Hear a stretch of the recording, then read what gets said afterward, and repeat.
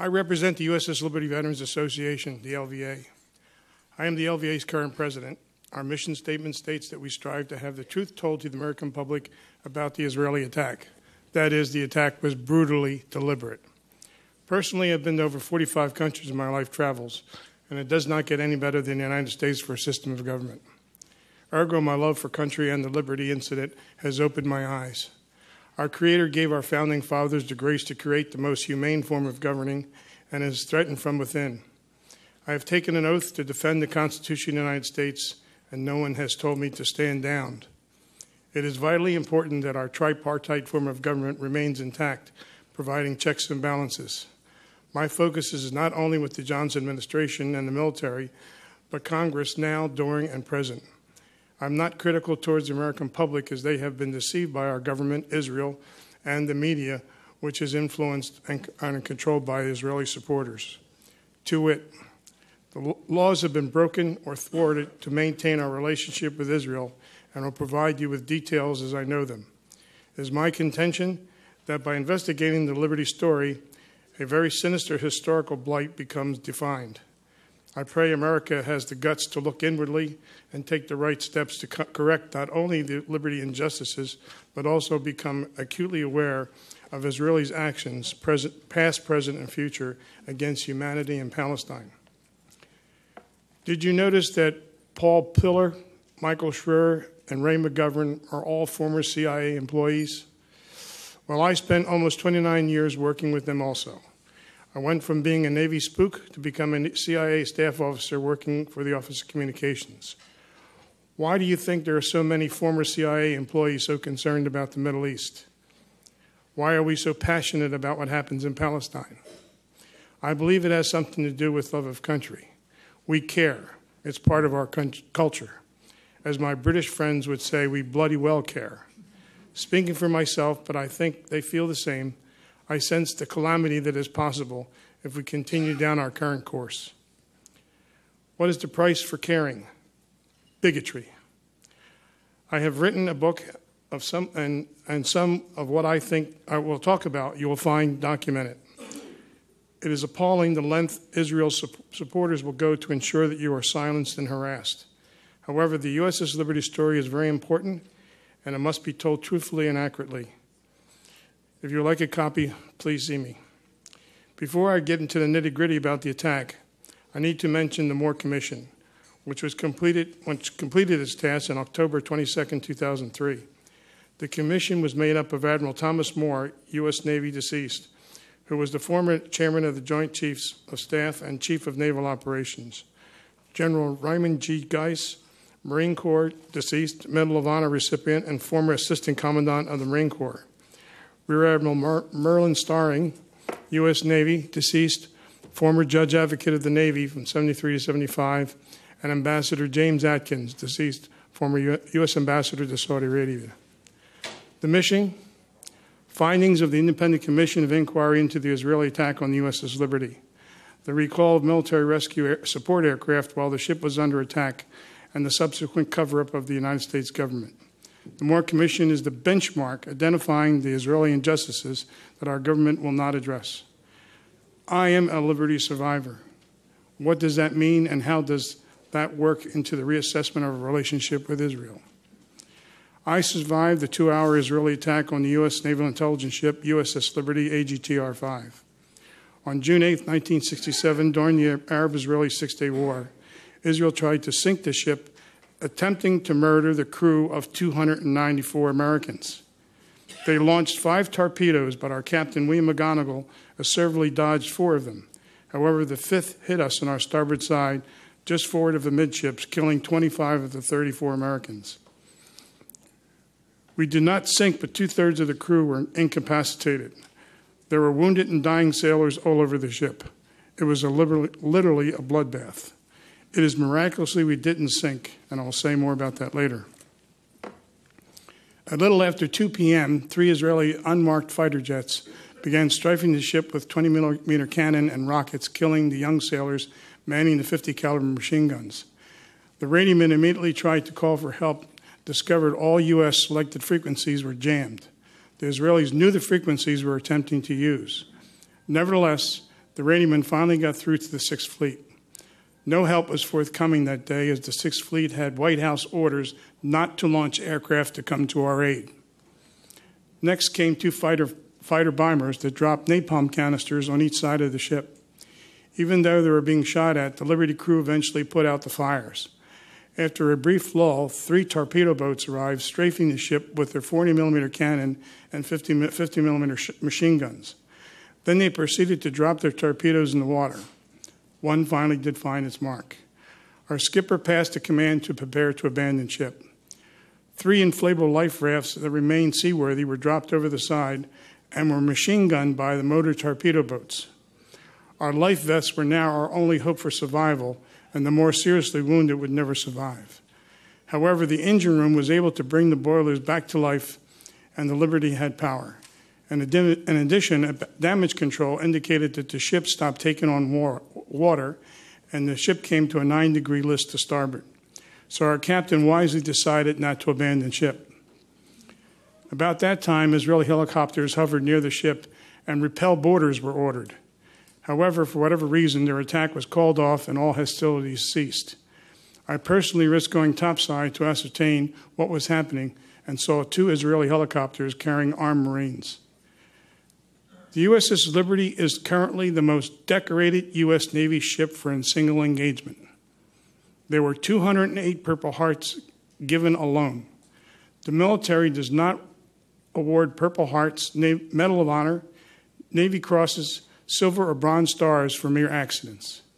But that is exactly what the Johnson administration attempted to call it initially. In order to secure the Jewish vote for upcoming elections, they could not have Israel taken to task. This was a major historical event. Any other time, their action would have been an act of war. The event had to be buried quickly, quietly, and without fanfare. Therefore, a couple of actions were taken immediately. The Navy told the Liberty survivors never to talk about the attack to anyone, including our families, or face a $10,000 fine or 10 years imprisonment. With a cold and matter-of-fact authoritarian counsel, they meant business. The Navy would handle the press. In other words, the crew was given a gag order. At the same time, the crew had to be made to feel that everything was okay and being done by the book. So the brave were honored and appropriate medals issued. Everything appeared to be on the up and up. To legally prevent us from future actions, the Navy Court of Inquiry had to come to the conclusion that the sailors did their job to defend the ship, and therefore there could be no court-martial's delay burying the story. The attack had to be declared accidental. It was a masterful job, and the Johnson administration pulled it off. So the White House ordered the court to come to that conclusion, as indicated by the Navy lawyer of the court, Captain Ward Boston, deceased. Before he died, he gave us a sworn affidavit stating that Admiral Kidd and others deliberately ignored the crew's testimony and falsified the evidence. He was also videotaped giving details for this affidavit. In private conversations between Boston and Kidd, they knew the attack was deliberate and stated in the affidavit. They were good Navy officers and kept their secret until 2003. Why is this so important? This is obstruction of justice at the highest level. Let that sink in. I'll say it again. It's obstruction of justice at the highest level. That is, when the crew gave their testimony to the court, they testified the Israelis machine gun our life rafts and shot at firefighters and stretcher bearers. They are all war crimes. We assumed their testimony and official logbook data were acquired. No. They were eliminated.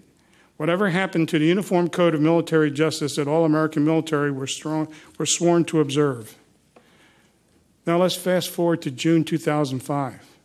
The Bush administration was concerned that war crimes were being committed during the Iraqi war. In order to be non-intimidating, the Pentagon indicated that if anyone witnessed a war crime, a system was created within the Department of the Army to expedite all war crime reports. Therefore, on June 8, 2005, the LVA filed a war crimes report with the Pentagon, and guess what? Nothing happened.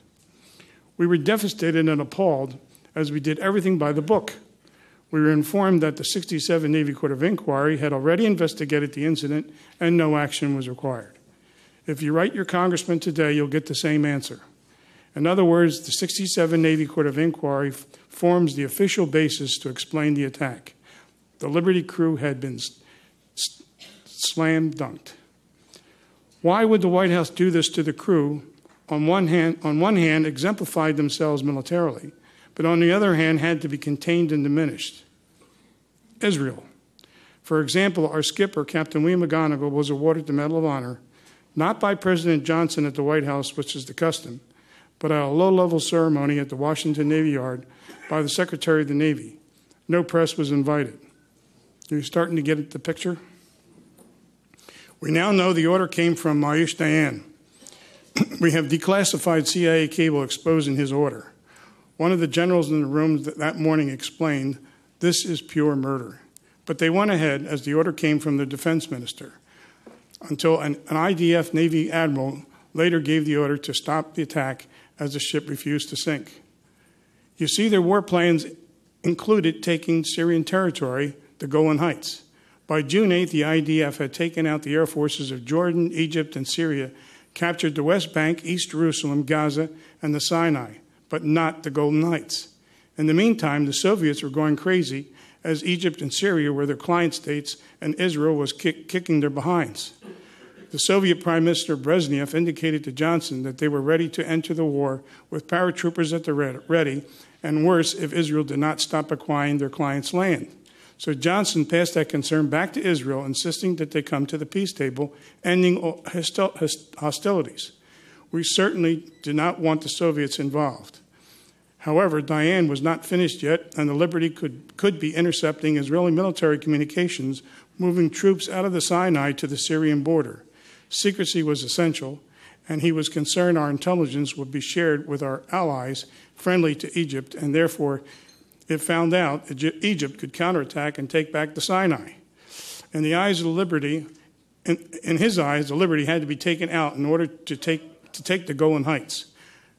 Going against American guidance on June 9th, Israel took the Golan Heights. We have learned that the Soviet Union was ready to use military force and nuclear weapons had Israel made an attempt to invade Cairo and or Damascus. My point is a belligerent Israel important enough to risk American cities being annihilated by Arab nuclear weapons today? No. A belligerent Israel is not worth it. It is only a matter of time that fanatical Islamics will have nuclear weapons. It may not necessarily be Iran. What if nuclear Pakistan falls into the hands of fanatical Islamics over injustices in Palestine? Fanatical Islamics are not stupid and are analyzing everything we do in the Middle East.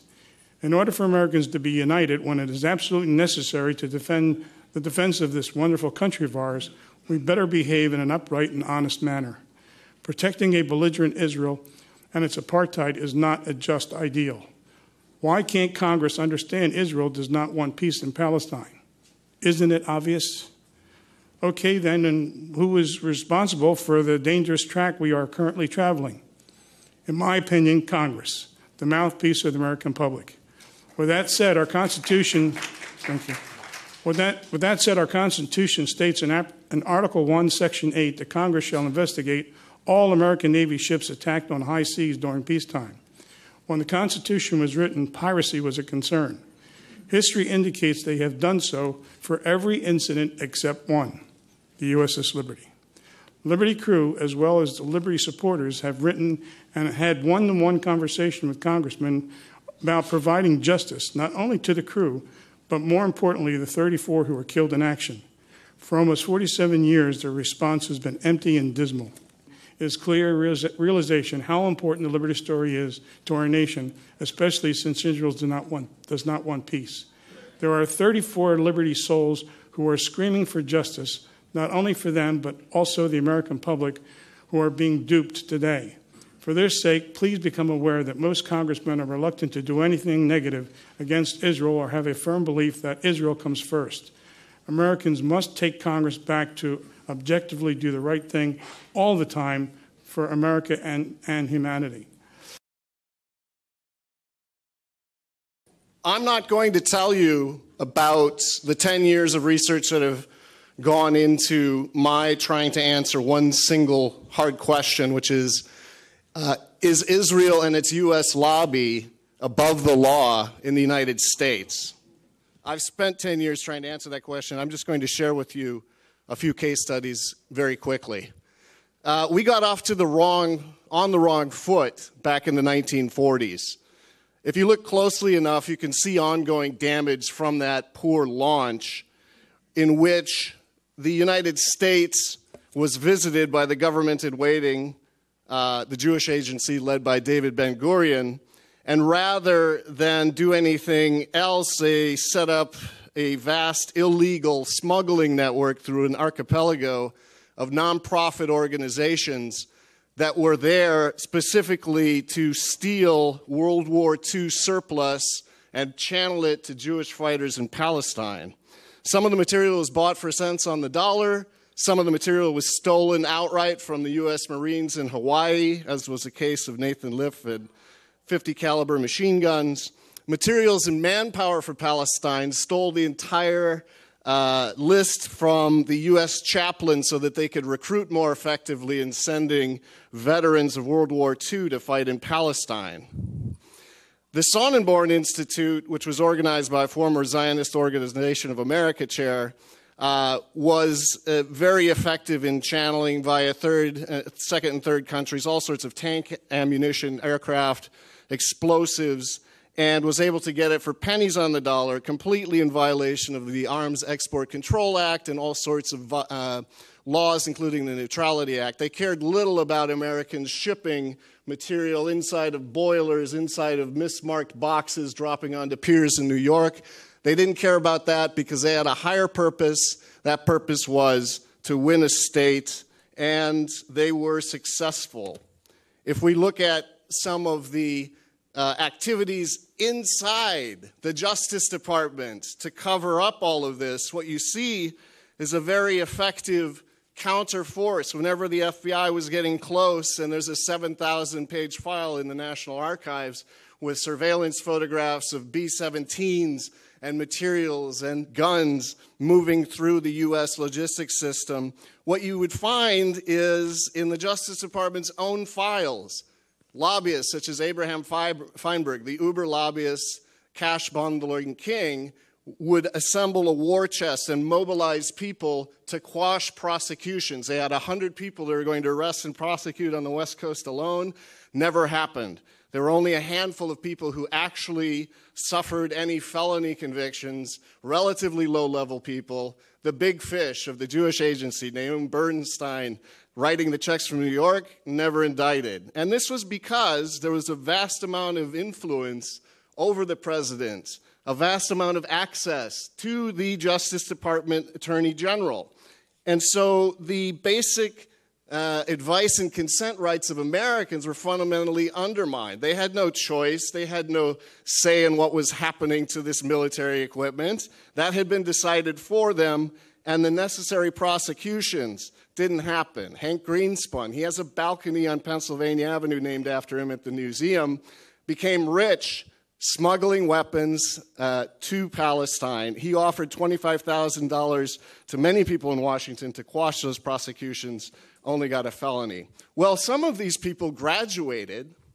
One of the biggest problems in Pennsylvania right now is this. There is one plant that lost more highly enriched uranium, weapons-grade uranium, than any other nuclear fuel plant in the United States. It just happened to be run by two Zionist Organization of America officials, Ivan Novick and Zalman Shapiro, and a smuggler from the 1940s network of smuggling, David Lowenthal, who was very active with Israeli intelligence.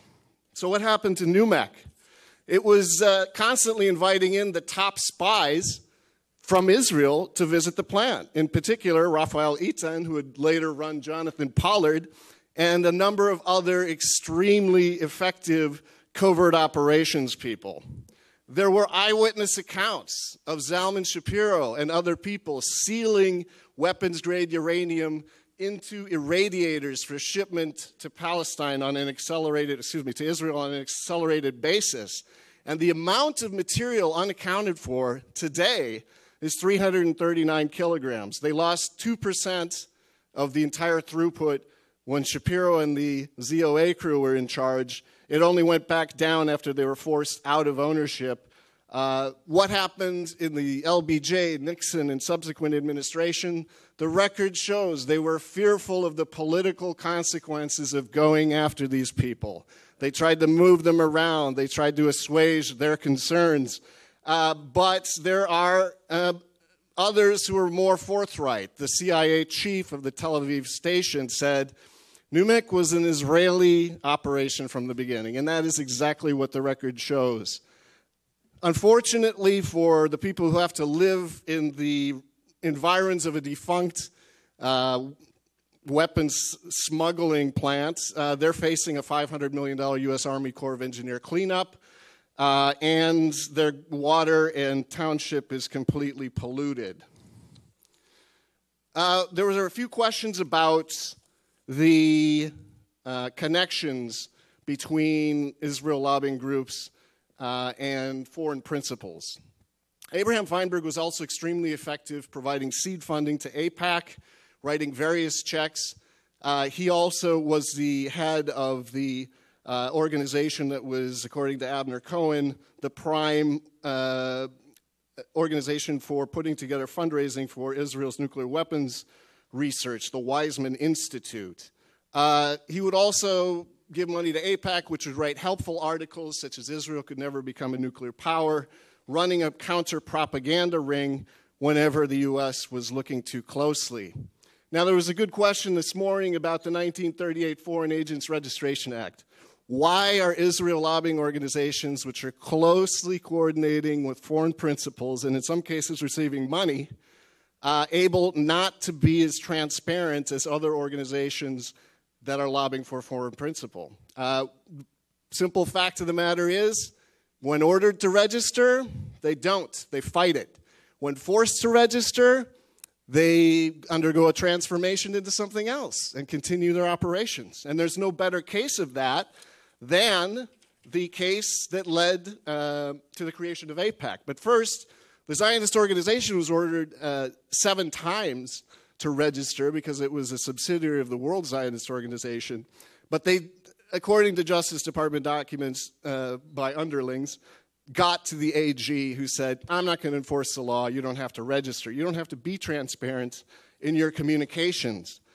They also got to the biggest attempt to register Israel lobbying groups in America, which was in the 1960s when the Senate Foreign Relations Committee and the Justice Department, concerned about overseas provocations dragging America into war, they cited in their chartering investigative document the Lavon affair twice, in other words, Israel twice, as being provoking activities that would draw America into unwise overseas interventions. And so they decided to raid the Jewish agency, to raid the American Zionist Council, seize documents, and saw that they were bringing in money from the Jewish agency for public relations and for publicity. So what happened? Well, they were ordered by the Justice Department to register as foreign agents in 1962. The unincorporated lobbying division, however, split off 6 weeks later and is still with us today. That organization is called the American Israel Public Affairs Committee, and it continues the work of the original American Zionist Council that was ordered to shut down under this FARA order. So foreign agent registration orders have never really been applied rigorously, even in cases of documented violations of its transparency provisions. There's a little copy of the Kennedy Foreign Agents Registration Order. So what's happened because of that?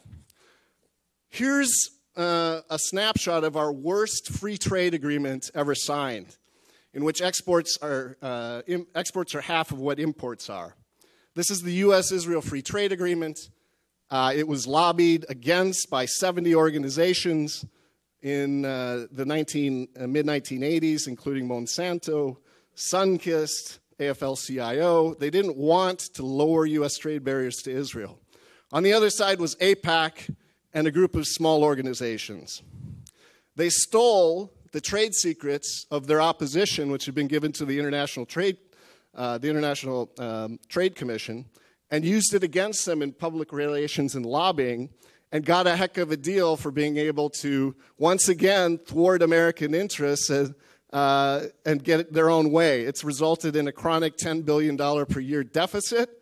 It's resulted in $100 billion cumulative deficit to the United States, and the question is, was it worth it? Well, yes, it created 120,000 jobs in a foreign country instead of here. It really transferred a lot of secrets to the Israelis about production costs, transfer pricing, and the Justice Department ultimately refused, even though they tracked it back to Dan Halpern of the Ministry of Economics, refused to continue the investigation when he claimed diplomatic immunity. So it's a bad deal, but it's not the only prosecution that's been thwarted. In December, we had declassified documents of a counter-espionage investigation of the ADL. The ADL back in the 90s had been investigated for holding FBI and other classified documents in a campaign that they were launching against pro-Palestinian and anti-apartheid activists, two of whom died under mysterious circumstances. But what the memos once again reveal, if you read them online, is that there was an intervention at high levels. The record reveals that two high-ranking Israeli generals were dispatched to talk to Janet Reno. She dropped the case. The espionage investigation died. 2005, the same thing happened. Two AIPAC lobbyists were indicted. They were using secrets to try to gin up a war with Iran. They were passing it to Glenn Kessler. Steve Rosen said he was trying to show that Iran was engaged in total war against the U.S. in Iraq. And, of course, the Obama administration and the judges involved didn't keep it in the system. So it's gotten to the point of ridiculousness. We have other documents revealing a smuggling ring in the 80s that involved not only Arnon Milchan, Hollywood producer, and Richard Kelly Smith, but also Benjamin Netanyahu himself working on the Israeli side. Where are these people now? Have they ever suffered any consequences for being involved in the documented theft of nuclear triggers called Critrons? No. Milchan was hiding out, at the Academy Awards, clearly there in the center picture. He doesn't seem to be too afraid. And, of course, Netanyahu was with his favorite group here, AIPAC. The problem's ongoing. It hasn't gone away. Nuclear technology continues to flow from the United States, but we're not prosecuting it. We're disbanding them through regulations, or we're sealing off warranted criminal investigations instead of pursuing them, such as the case of Stuart Nozette. So my conclusion is there is no U.S. law that, if it stands in the way of Israel and its U.S. lobby, that cannot be thwarted, overcome, subvented, and the Justice Department in most cases collapses well before any warranted prosecutions take place. And with that,